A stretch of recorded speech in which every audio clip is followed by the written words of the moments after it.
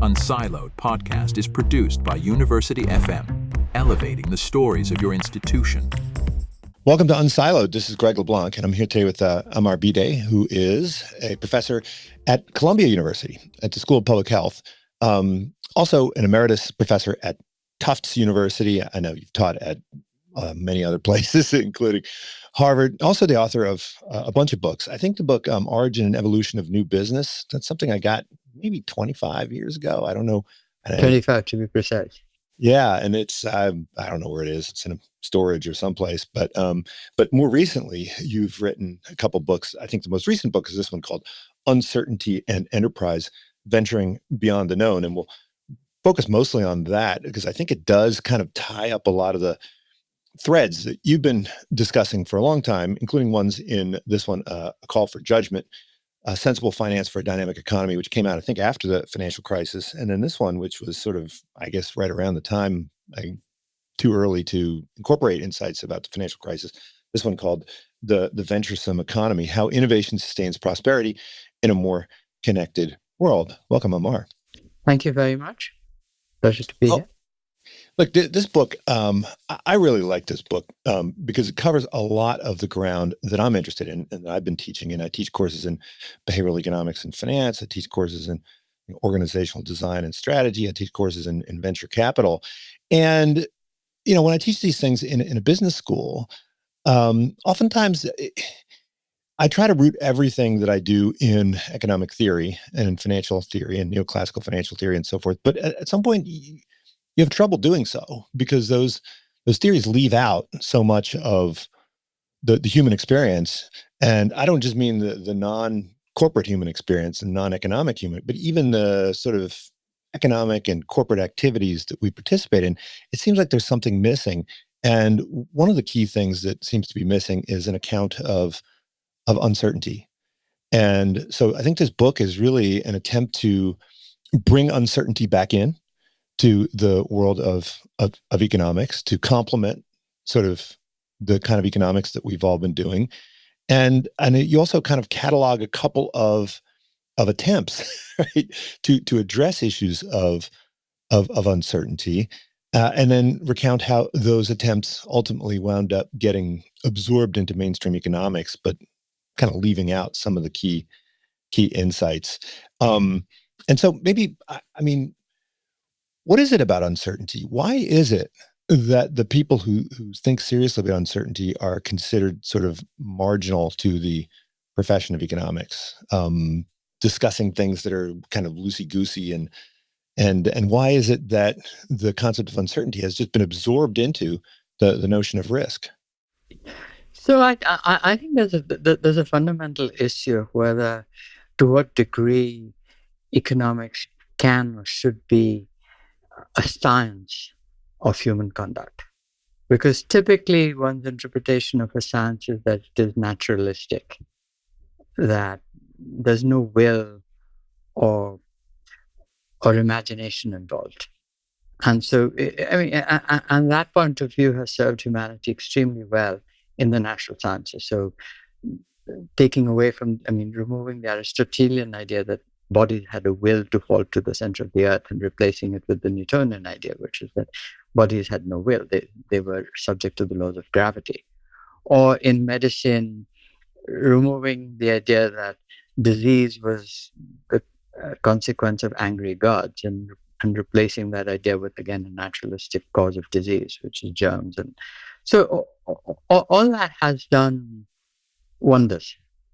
However, a large part of human experience and human interaction, at least in the way I think about it, because it involves free will, and it involves choice, and for choice to exist, you need at least two things. One is you need some degree of unknowability about what the consequences of the options are, because if you knew with certitude what will happen if I do this versus what will happen if I do that, then there's no choice. Then you simply fit the outcome to your preferences, and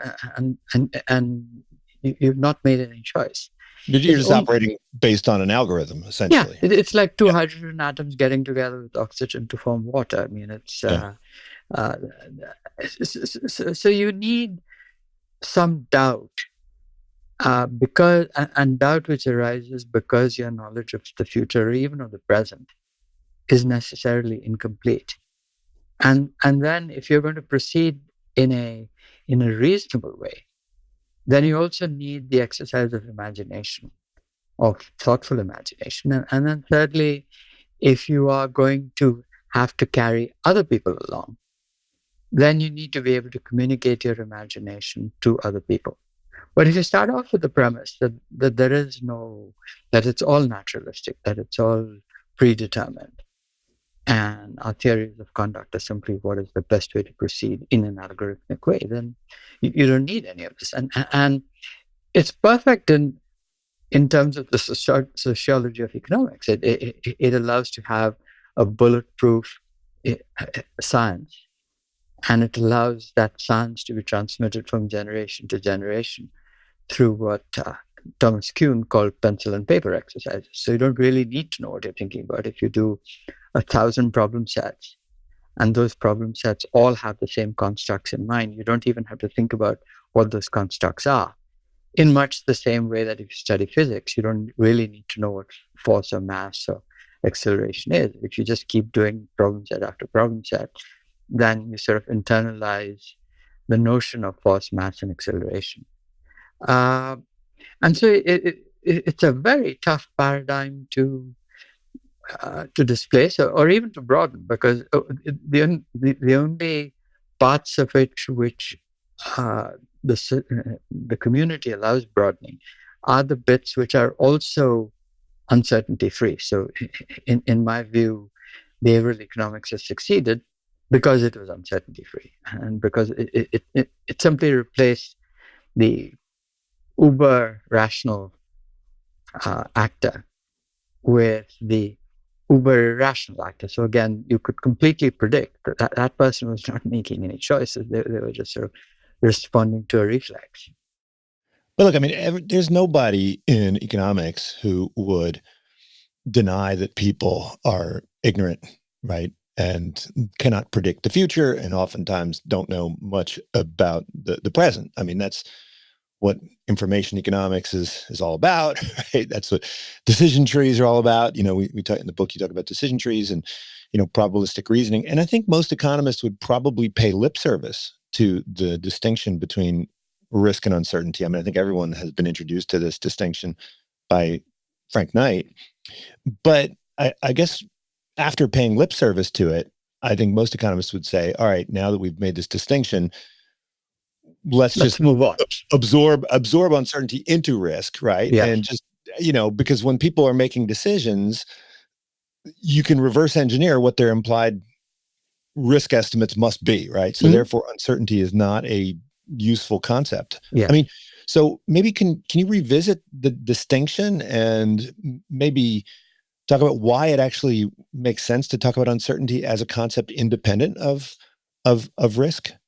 So Frank Knight introduced the idea of uncertainty as unmeasurable and unquantifiable risk, typically arising from unique situations. Although he didn't sort of stress the latter, but it's there. It's there in the book, and he used it to try to explain why profit exists. And he said, if things could be reduced to a probability distribution, then there would be no room for profit. And that theory, then that would just be that wouldn't. So in other words, you could get compensated for bearing risk, but that doesn't count as profit. That's just, in Knight's risk adjusted return, right? Yes, exactly. And so the modern economist would say, fine, the rest of it is noise. And if you want to call it profit, call it profit, call it whatever you want.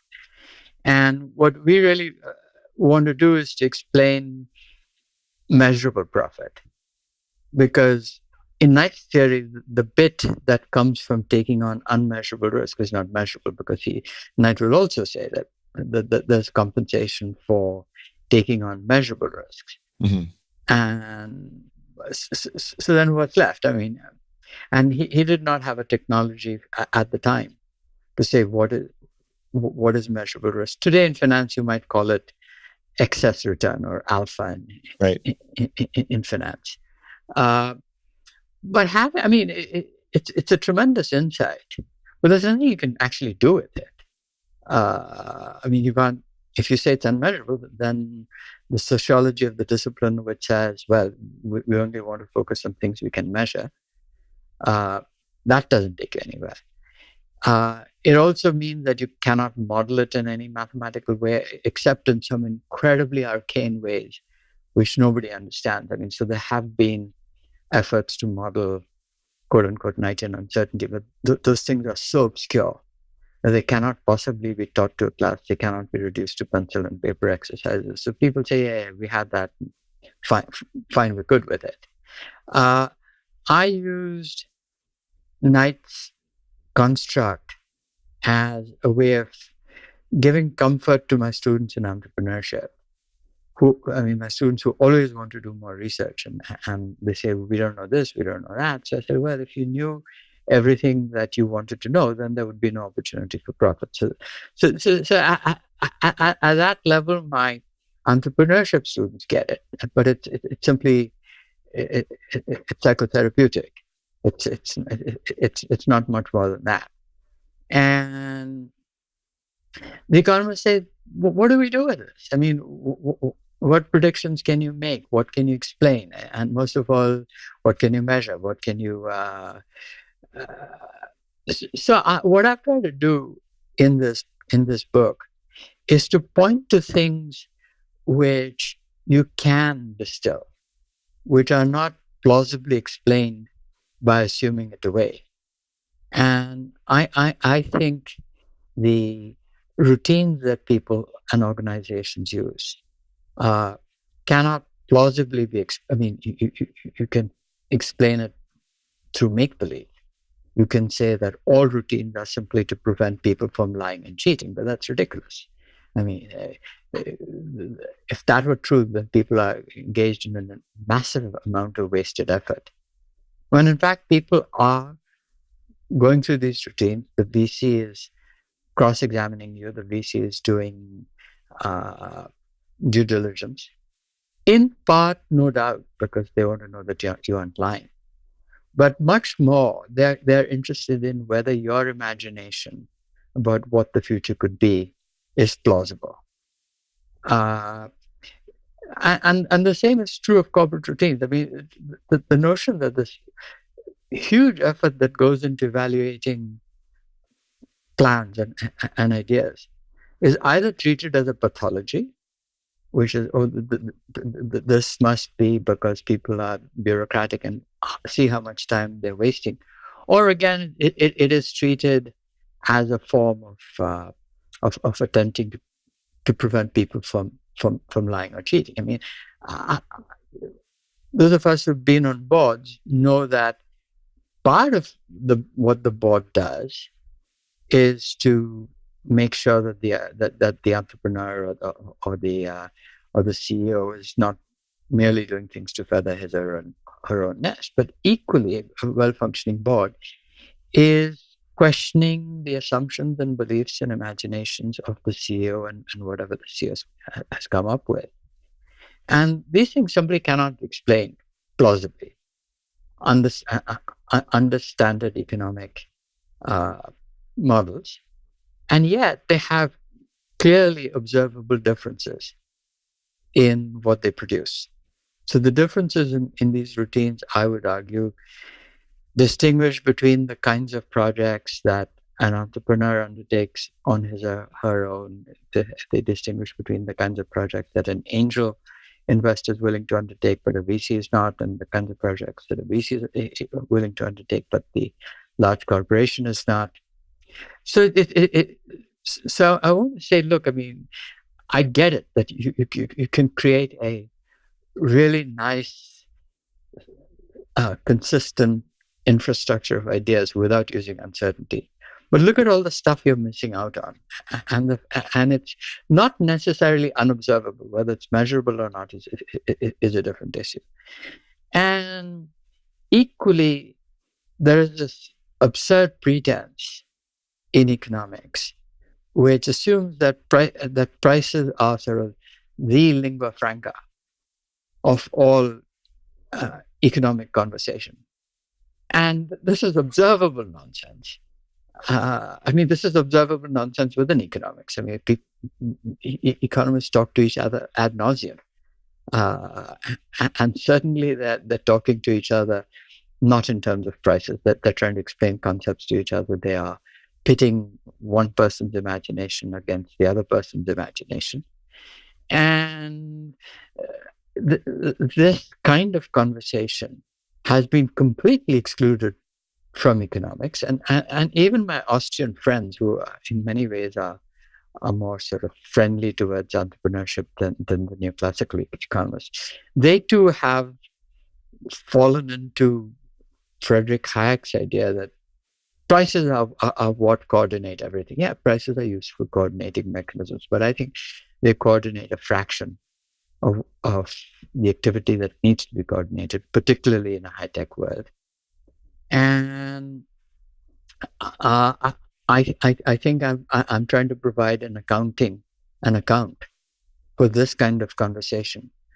I'm also trying to steer the conversation away from the kind of narrative economics that Bob Schiller has been and others have been promoting, which is, in their view, again, it's not prices. These are memes or small rumors. And these rumors are primarily operate in an anonymous market, say the stock market or the currency market. And they are destructive. And my argument is, I do not deny that there are market rumors that are problematic. I do not deny that there's a little telephone game which gets misconstrued. But look, a vast amount of person-to-person intercourse using language which is figurative, using metaphors, has such an important practical economic role. How can you just brush all that under the carpet? Well, I think you also quote William Baumol, who said that the entrepreneur has been banished from economics, right? But it's not just the entrepreneur; it's also, I think, the manager in a way, right? So organizational decision making is very difficult for economics to deal with. And so, going back to this idea of the entrepreneur, clearly there's a need for both understanding entrepreneurship and encouraging it. And business schools, as you recount, began to embrace this in the 90s. They realized, hey, we need to teach this entrepreneurship. But they kind of were confused about how they're supposed to teach it, right? Because it didn't really, without the grounding in economic theory, it's kind of hard. So they really gravitated towards, as you described, the material related to adverse selection and principal agency problems and incentive compatibility, because that's kind of what we economists know. But that's only sort of the clinical aspects of entrepreneurship, right? I just had I went out last night with a friend of mine who is a venture capitalist, and I mentioned to him that in my class, I like to make the claim that VCs and entrepreneurs are basically in the business of uncertainty reduction. Mm-hmm. And so that activity of uncertainty reduction, why is that not compatible with standard information economics? Well, information economics per se could have admitted of uncertainty. And I cite in my book some of Joe Stiglitz's work. He wrote about half a dozen papers, a dozen papers, on the issue of mistakes, the control of mistakes, the ignorance. It just didn't catch on. What was much more attractive to the profession, possibly because it was technically more tractable, because it was easier to model mathematically than the other bit, was information asymmetry. And so the idea of symmetric ignorance, where neither party really knows, that's much harder to deal with than I know but you don't know, and I'm going to lie to you, and you're going to give me an incentive compatible contract so that I will do the right thing. I mean, I find it laughable that my academic friends talk about the private benefits of the entrepreneur who wants to pursue a project for the sake of, because he or she has some ego at stake and so forth. So turn that around. Do you really want to invest in an entrepreneur who does not? I mean, do you really just want to invest in someone who does not feel strongly about what he or she is trying to do and will do his or her utmost to make it work? And do you really want to set up contracts which discourage that? It's, I mean, of course, there comes a point where the cause is utterly hopeless, and you as a VC might be better off in pulling the plug than the entrepreneur who wants to carry it on. But there's so many instances where, from the point of death, businesses have found a way out. And in many cases, you want to bet on people like that. You want to bet on people who won't give up easily because they are. And again, that comes back to will and imagination. If you don't have will and imagination in your models, then obviously this must be a bad thing. Well, I mean, it seems like Keynes was touching on some of these issues, right, in his treatise and in the general theory, right, when he talked about animal spirits and so forth. I mean, so how did Keynes get kind of domesticated or mainstreamed? Like, why did, because, we have neo-Keynesians and they have very significant positions at the Federal Reserve and elsewhere, but it seems like they're not as keen on embracing those sorts of insights that Keynes had in his early work. So let us distinguish between Keynes's early work, the 1921 work on probability, and his later work on animal spirits and the precariousness of beliefs and markets and so forth. So the first book was, to my mind, an incredibly ambitious and incredibly difficult and valuable task, which was to say, probability is not simply those situations which can be mathematized, and that it's perfectly reasonable to talk about things which we believe are likely, but which we do not reduce to numbers, and that these are banal, these are everyday experiences. And he tried very hard to try to systematize those, and that really went nowhere. So when you say, how was he domesticated? He was never brought into the house in the first place. So before that treatise could be developed, his brilliant student, Ramsey, said, no. Ramsey, yeah. We don't need any of the stuff. All we need is someone to imagine a probability distribution and put against the probability distribution utilities or returns, and all the stuff that you've been talking about non-quantifiable probabilities is irrelevant and unnecessary. And again, it was Ramsey's approach which prevailed, again for sociological reasons, because Ramsey's approach could be incorporated, or in fact became a foundation block for modern economics. So that's Keynes and Keynes's failure before the general theory. In the general theory, he went to the other extreme. In the general theory, it was he started looking at extreme forms of uncertainty, and he started looking at extreme forms of uncertainty principally in the macroeconomy, in the stock market. And it was, how do we know what property is going to be like 70 years from now? How do we know whether there's an economic war in 10 years or not?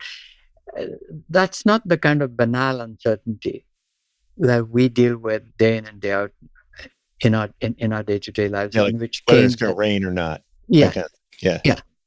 yeah, and so and macroeconomists embrace the general idea of an unstable macroeconomy, but they also never accepted really Keynes's view of uncertainty as having an important role in it. So Joe Stiglitz is on the record saying it's not necessary. I mean, I can be a perfectly good neo-Keynesian without introducing or including that kind of uncertainty in my model.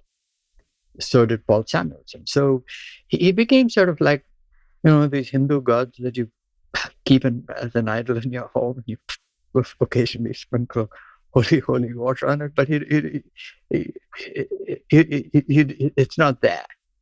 And so neither Keynes nor Knight, the two people in roughly the same time as it happens, who began to think about the idea that one should not extrapolate from the past. Now, there are sensible macroeconomists who have gone back to the idea of uncertainty, and Lord Mervyn King and John Kay have written this book called Radical Uncertainty, which I read many drafts of, and they were. And Mervyn King has been very kind in a recent lecture to cite one of my aphorisms from the end of the book, where I say that evidence is a collaborator to imagination, it is not a substitute for imagination.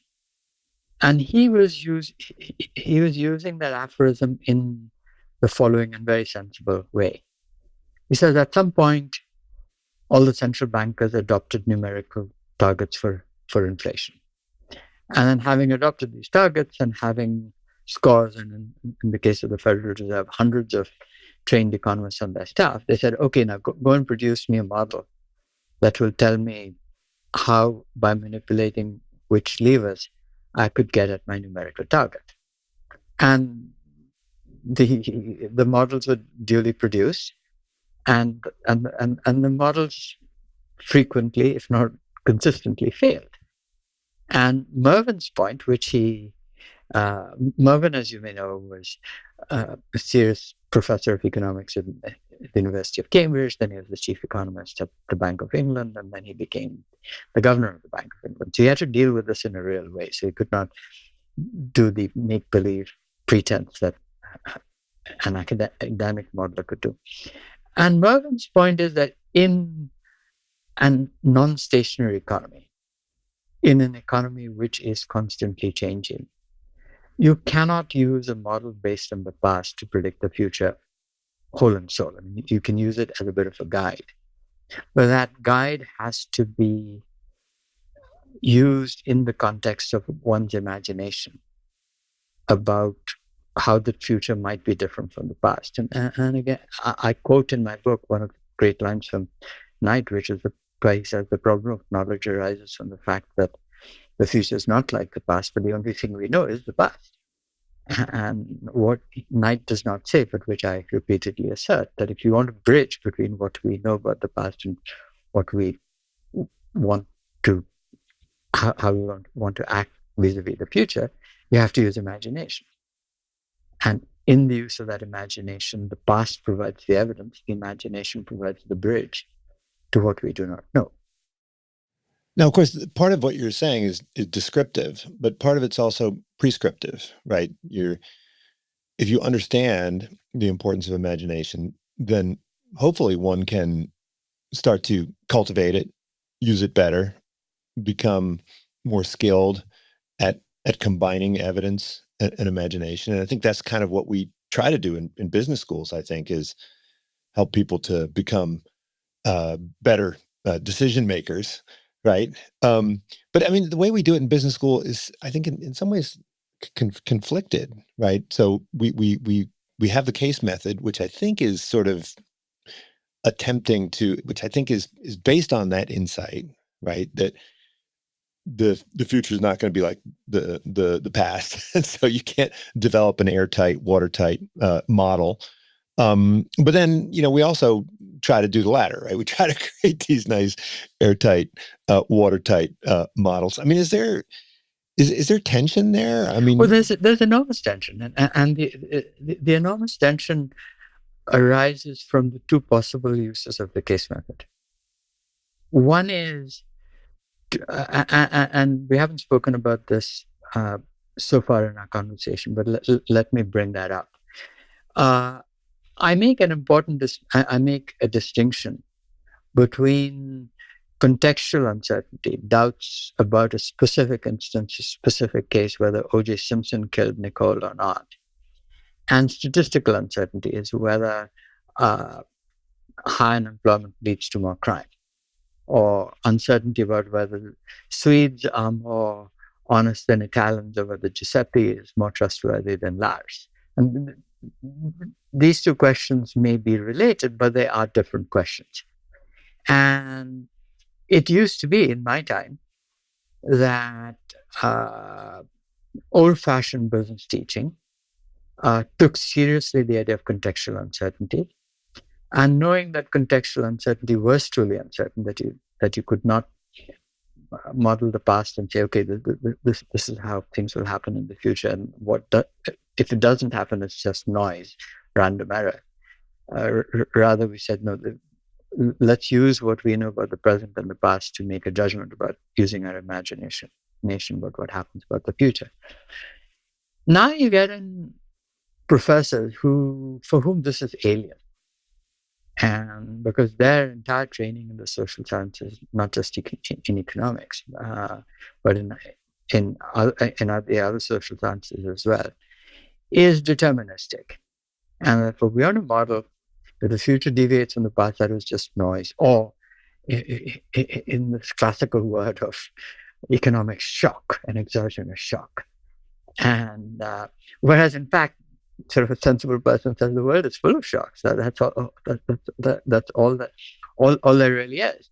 And so you get professors at business schools who are adjuncts, who have been in the world, and they use the case method in the manner in which, in a manner in which the contextual uncertainty is taken seriously.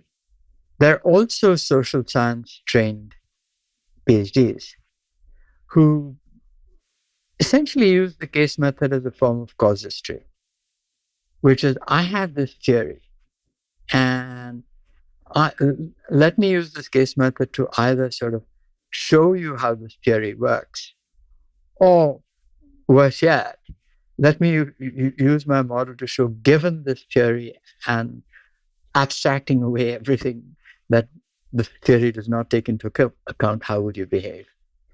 And the students hate it because they're smarter than that. And so there is a tension between what is taught and by whom, and what students want and what the world wants. And this tension is relieved to a large degree by adjuncts. Yeah. And by bringing in the VC who comes and tells them about how things really are.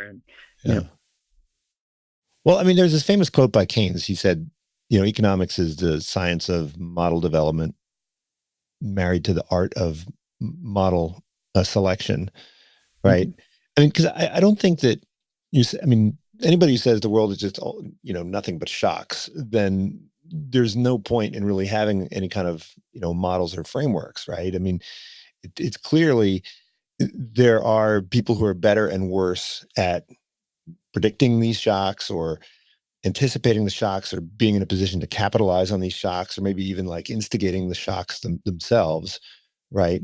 And so, what is the role of theory there? The role of frameworks and models and stories?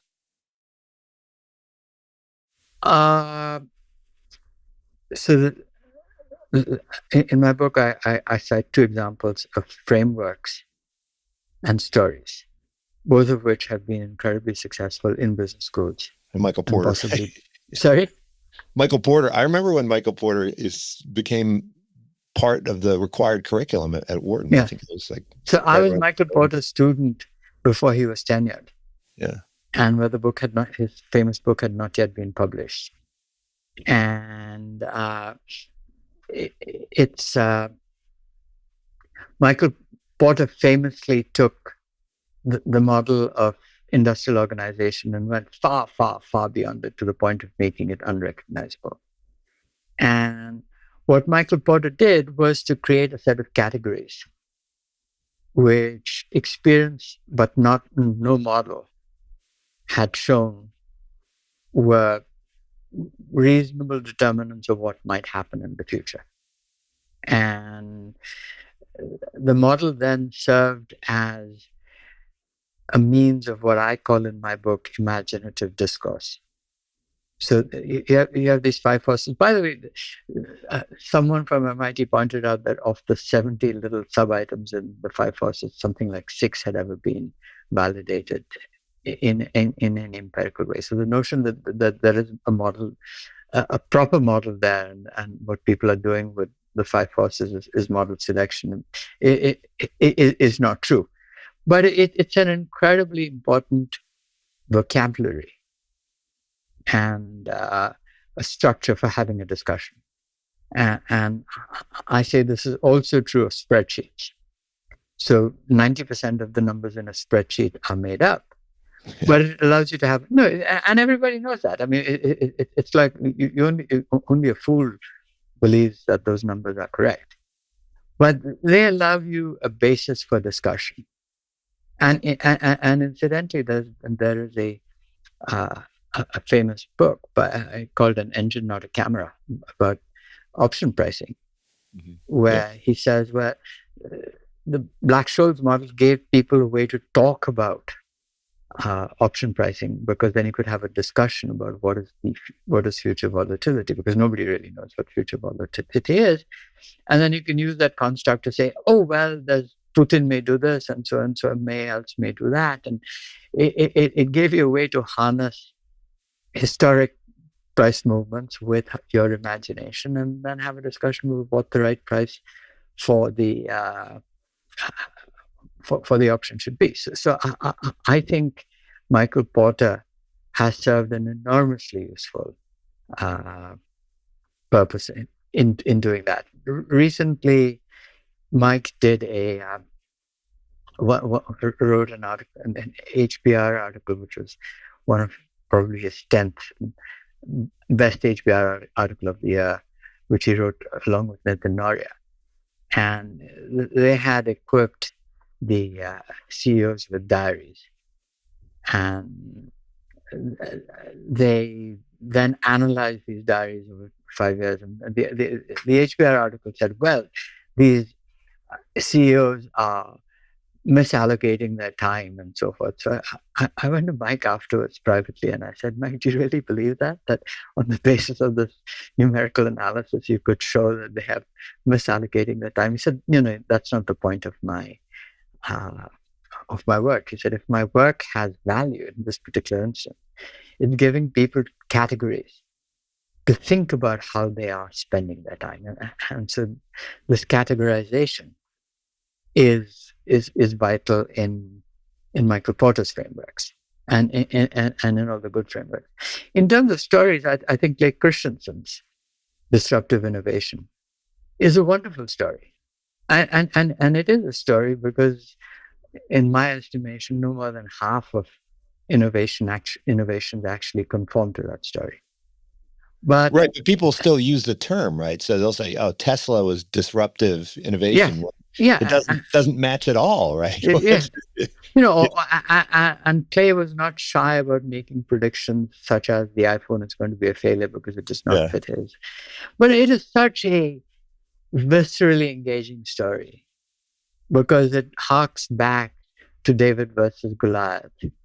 It harks back to the entrepreneur sort of taking on the incumbent. It harks back to the Greek tragedy where the Greek heroes, full of hubris and and is doomed to fail. And it is incredibly powerful. And why should I blame people for? I mean, as long as they don't take it too seriously, that's the uh, fundamental caveat for a story. Whereas with Porter's framework, that risk is not extreme, is not great, because it's simply a framework. It's sort of a language which people can converse in. Whereas, what's interesting is economists don't actually have a model of what it is that they themselves actually do, right? Because if you think about what do economists do, I mean, we're telling stories.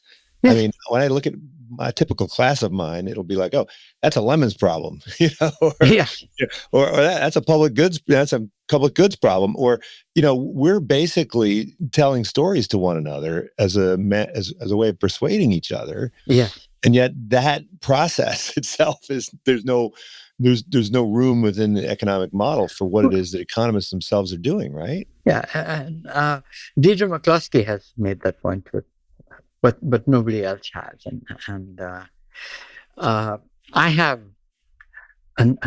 another story which is pertinent perhaps to our discussion. So I was on a yacht once, believe it or not, with a now celebrated economist whose name I will not mention. And he said, there's this woman on the other side, and I don't want to talk to her. So I said, why not? She said, well, she was a journalist, a really good journalist. I thought she'd make a great PhD student in economics. So I recruited her, and she came, and she just doesn't take to economics. So I said, why not? She said, oh, she sort of like thinks and works like a journalist. She takes one fact and turns it into a story. And it's a joke. And I said, and economists don't? Said, Amar, surely we need at least two stories, which was a very witty comeback. But I think he was also missing the point about what journalists do, which is they're not taking one fact. A good journalistic story has one situation. It doesn't have a control. It doesn't have a time series. But my God, a good journalistic story has tons of facts in it. And these happen to be disparate facts. They happen not to be like observations, or observations differ on 2 or 3 variables. So, and that kind of storytelling is not acceptable in economics. So there's a particular kind of storytelling which people will go along with. And I had written an article on securitization. And I made the argument that if you ask why American financial markets are far more securitized than European financial markets, I said it was principally because of regulation, and regulation which discourages the American lenders from looking at the nuances of the individual borrower, whereas the European regulations encourages this. And this inadvertently makes it easier to securitize, because now that you've reduced the information asymmetry problem, because the lender doesn't know any more than the person who's buying the security. And I sent this off to...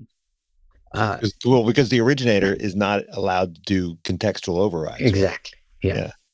And once you start doing contextual analysis, then the problem of, well, is he or she selling off bad loans as opposed to good loans comes into play. And so it's a subtle, and I produced a fair bit of contextual evidence where I said, well, if you look at small business loans, where there is no regulation against contextual analysis, lo and behold, securitization in the US is no different from securitization in Europe.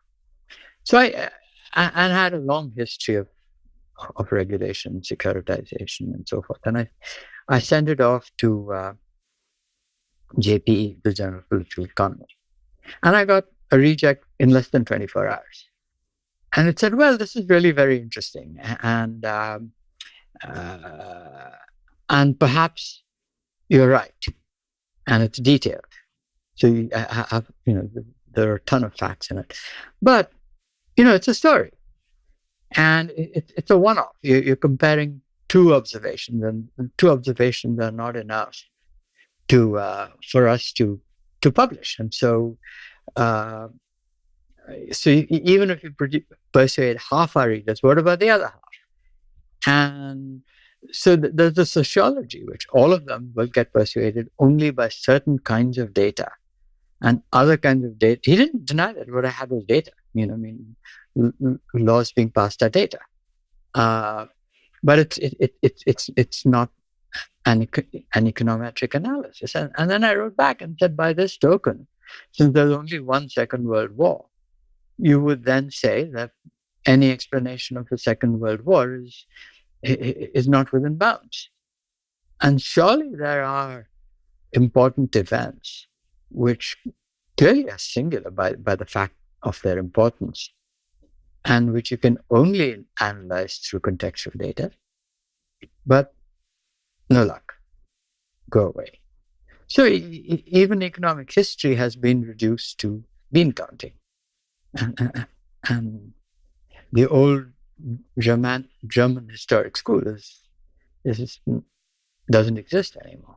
Mm-hmm. Well, I mean, you also talk about Herb Simon and Kahneman Tversky and Dick Thaler and so forth. I mean, they've clearly made huge contributions, right, to economics. And you say that, they understood the need to use the rhetoric of economics to make their points, but that they're still, in many ways, failing to the extent that they can incorporate it into the mainstream. They have to leave some bits out. And you also mentioned, and I had kind of thought about this before, but Kahneman Tversky's most famous article is Judgment Under Uncertainty. And you say, well, this is not really under uncertainty at all. It's, most definitively not under uncertainty. And Kahneman and Tversky would not have gotten the Nobel Prize if they had taken uncertainty seriously into account.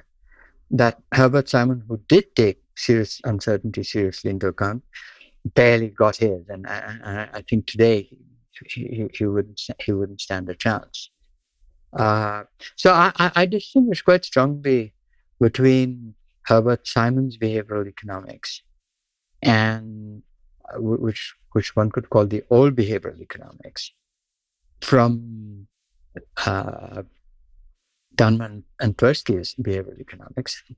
And interestingly enough, Eugene Fama, who one does not usually associate with behavioral economics, says, what is this fuss about? All economics is about behavior, and therefore it is behavioral economics. And this is behavioral economics simply making one set of assumptions, and other economists make a different set of assumptions. And he's quite right.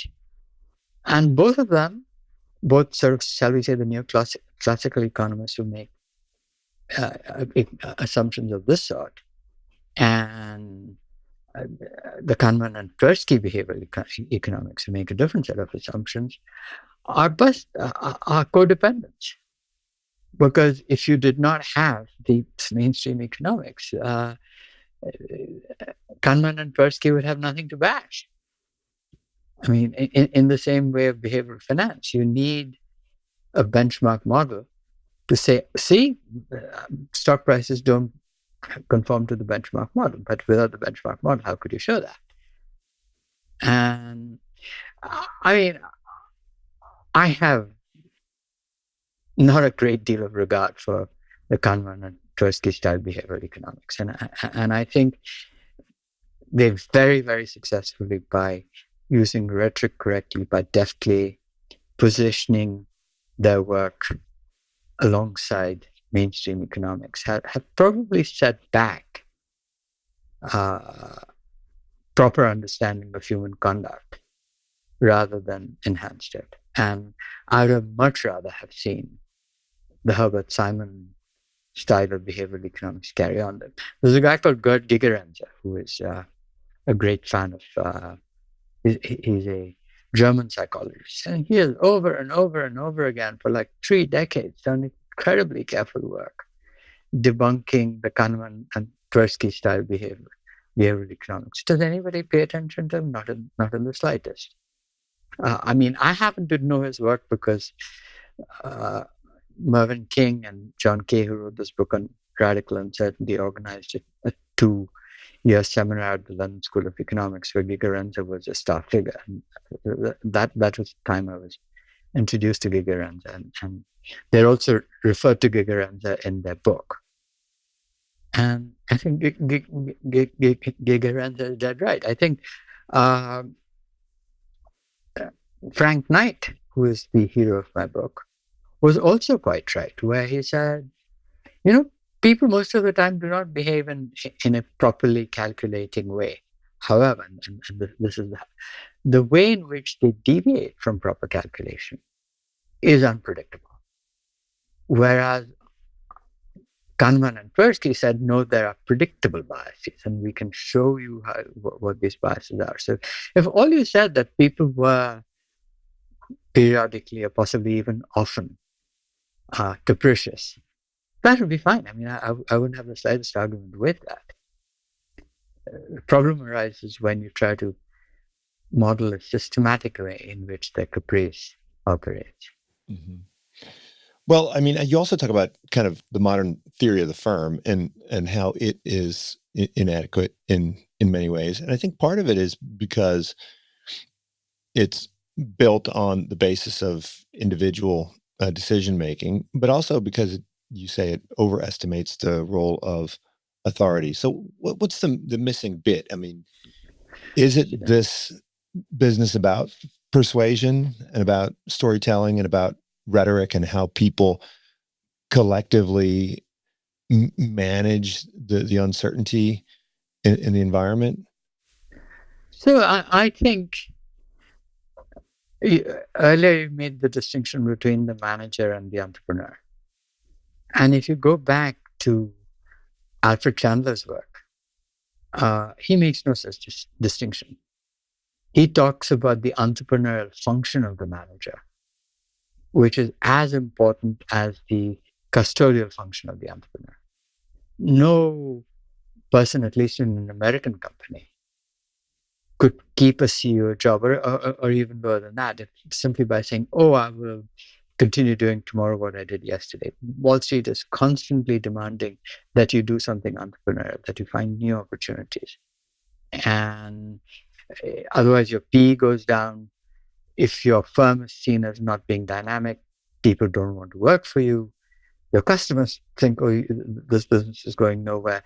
So the dynamism of the modern firm has been brushed under the carpet. That it's kind of, and this I think goes back to costs, which is its transaction costs. And transaction costs means that we know what the costs are, and we simply or the costs and benefits are, and there's no imagination in seeing how things could be done differently in the future. There is no effort in transaction cost theory it's a division of the spoils. It's not joint effort to do things that have not been done before. To the degree there's teamwork at all, it's teamwork and continuing to do what we have done in the past, and we want to avoid members of the team slacking off. But the idea that the large corporation has an expansionary impulse, and to satisfy that expansionary impulse, imagination must be exercised. And given the diffusion of knowledge about how this is best done, it is impossible to do this without a collaborative dialogue. And it is impossible to do this simply by the exercise of authority from the top. I was once, this is the first and last time, I think I was asked to discuss a paper at the NBR. It was by Oliver Hart and Bengt Holmström. And it was the same theory they have over and over again. People have private benefits, and how to use authority or decision rights to control people from doing things in their private interest. And it was all about top-down exercise of control. And I started off with a quote from Truman, President Truman. He said, and Eisenhower is going to come into the White House and he's going to order people and say, you do this and you do that. And lo and behold, nobody is ever going to do that. So people vastly exaggerate the role of authority because they look at the organization chart and say, this person at the top, this person must obviously be telling people below him or her what to do. Well, they haven't talked to a real CEO, because if they talk to a real CEO, they'll realize that's not how it works. I also said this in my discussion. I said, you don't have to go very far. You can look at your PhD students who are not your employees, whom you have no quote-unquote direct authority over, but who will do everything you ask them to do and then some. And then you have a secretary who goes home at 5 o'clock, who is technically your employee. Right. So the notion that these organizations proceed through the exercise of top-down authority is ridiculous. I mean, they may have once upon a time, they may have in Henry Ford's time, but not in Alfred Sloan's time, and certainly not today. And to the degree they do today, it's a pathology. I mean, it's a pathology today that the CEO says 30% of our code is going to be written by AI. And that is destructive. And so it is true that occasionally CEOs go nuts and throw their weight around, or they will have, for ego purposes, a large acquisition where due diligence has not been done and so forth. But that is not a healthy or normal way of behavior of even a large corporation.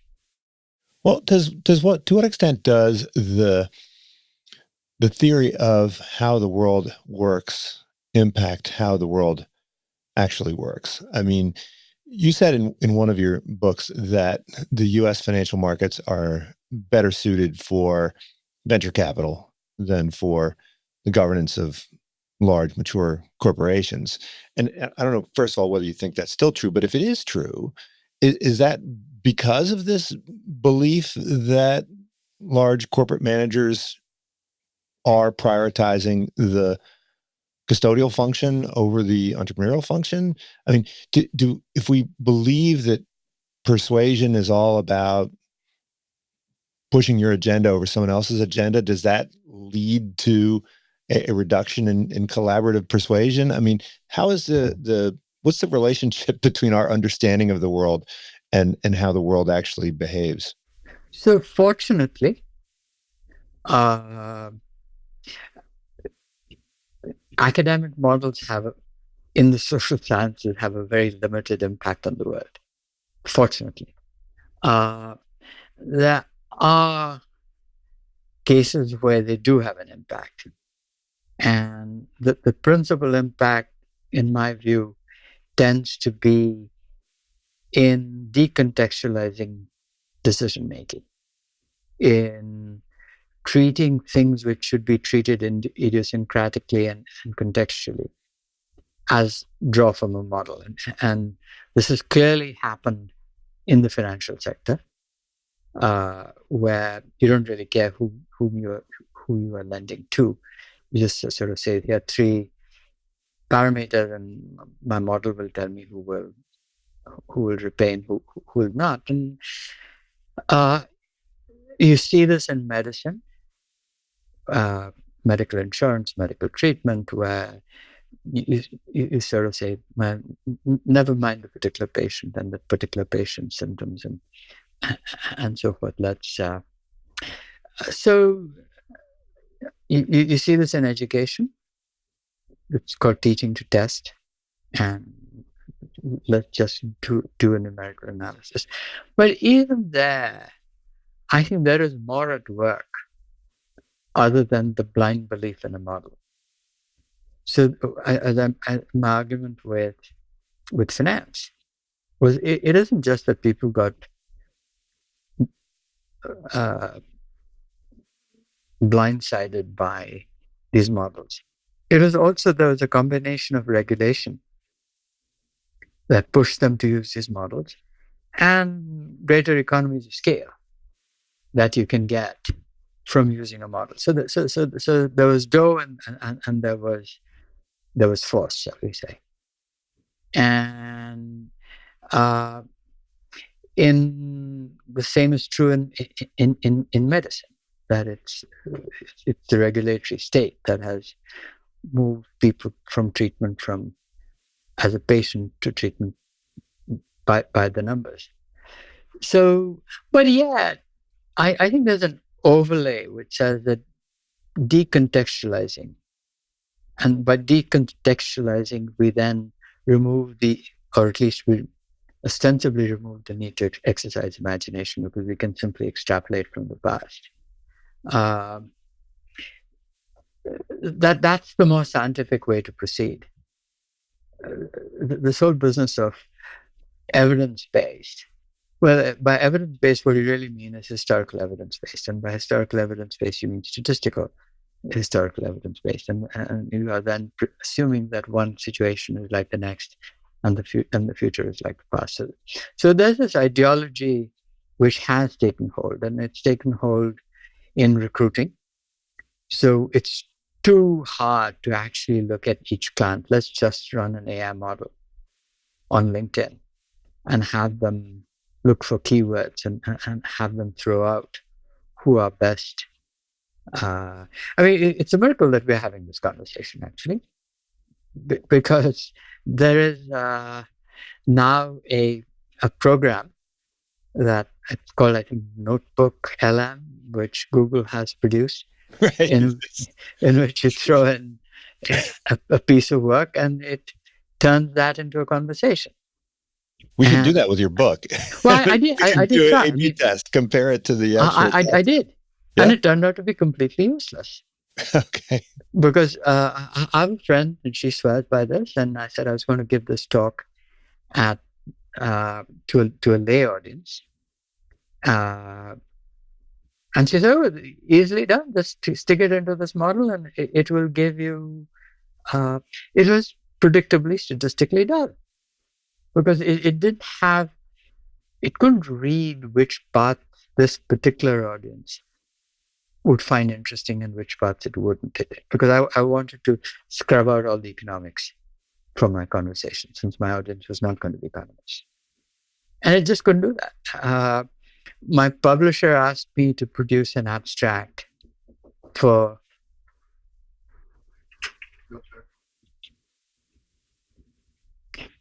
Sorry.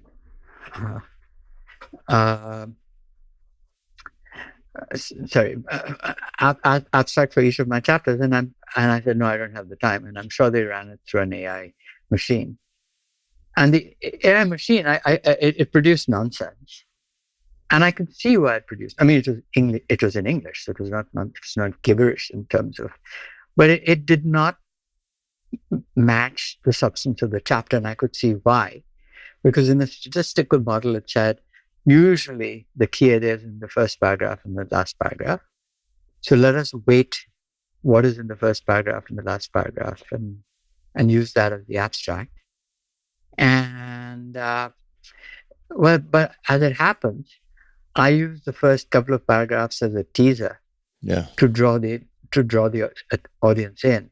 My abstract, such as it is in my third paragraph, and my last paragraph is simply a bridge to the next chapter. It is not a recapitulation of what I did in this paragraph. And there's some people who do put their main points in the first and last paragraph, and it simply cannot do that. But we have been led to believe that this is the way.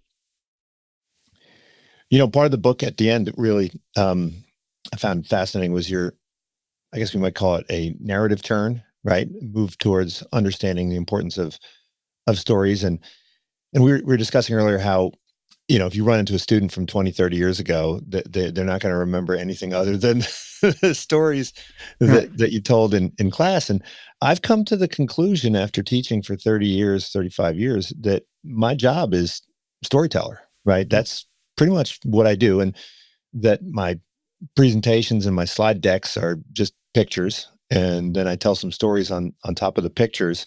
Mhm. And at first, when I came to this realization, I was disappointed because I have that bias that there's something inferior about Yes. storytelling, right? That Mhm. mythos is not at the same level as logos, right? Mhm. That's what Yes. we've been taught. I mean, Yeah. is mythos sort of a second best? If we could do it in logos, I mean, should we do it in logos? So, I've used this in my recent talk. It's not in my book, but Aristotle says that the only true knowledge is knowledge about generalizations, and that practical wisdom is vitally important, but it's not knowledge. It's knowledge of a particular place and time, uh, and that's a prejudice which has been carried forward from Aristotle's time. John Stuart Mill, at least according to one account that I've read, argued that no, most reasoning is from the particular to the particular. That even any syllogism, it means something because your major premise must corresponding to something in the world, or all men are mortal. And so where did that come from? If that meaning has any if that sentence has any meaning, it must have come from observation. And then he says something even more interesting, which is that even the generalization, all men are mortal, is simply a crutch to memory. Because what you're really doing is mapping whoever number of people you know who all died.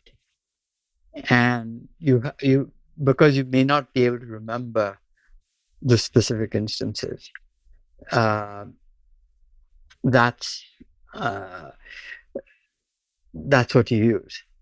So you can take the extreme point of view, which is, in fact, everything is going from story to story. I don't want to go that far.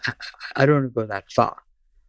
And whether it's for reasons of memory or something else, I believe that we do, at least in our discourse, what we do inside our heads, God alone knows. At least I don't know what goes on in my head. In our discourse, we invoke general principles, even when we're talking about context. Oh, this person sweated. She must be untrustworthy. Because there we're using a generalization, and then we can have a discussion about whether people sweat under cross-examination are untrustworthy or not. But that conversation starts off with a generalization. So if you say, well, is this an example of disruptive innovation, where you've taken this model of disruptive innovation, this generalization, when you had a discussion around it. So I think at a minimum, they're at the same level, and possibly the story may even be at a higher level. So, I mean, should we reprioritize storytelling? I mean, at most business schools, storytelling is taught by adjuncts, right? Yes. Pitches, for instance, how to pitch to a VC. I mean, this is not usually thought of as the domain of academia. I mean, is that okay, or should we think about maybe in bringing it into academia? Well, I think we're doing our students an enormous disservice, and I wouldn't necessarily call it storytelling. I'd call it narrative, because storytelling again has this unexpected reversal of fortune, things which you don't know. Yeah. But the general idea of narrative, which is the use of figures of speech, the use of archetypes, the use of genre. These are all devices which are so vital to functioning in the real world that if we ignore those, we're toast. And simple writing and communication. I mean, one more advantage of the case method, which we did not discuss, is that a good case discussion is also teaching people about how to discourse. but Yeah. how to swap imaginations. And it is not discourse in algebra. It is not discourse using statistics. It's discourse using similes and metaphors and analogies. And so, uh, how one balances evidence and imagination is just such a vital skill in so many fields. It's true in medicine. It's true in law. It's true in business, certainly, that pushing it out of the curriculum or not. I mean, rhetoric used to be one of the main foundations of a good education. And then rhetoric fell into disfavor because it sort of became a con job. But the arts of rhetoric, so long before the sciences were part of university education, were vital, and properly so, I think. Mm-hmm. Well, Amar, thank you so much for joining me. This book's fantastic. It's called Uncertainty and Enterprise. I feel like we could keep chatting about it all day, but I'm going to let you go. So don't forget also the Venturesome Economy, A Call for Judgment, and the Emergence and Evolution of New Enterprise. Pleasure talking to you, Greg. Unsiloed podcast is produced by University FM, elevating the stories of your institution.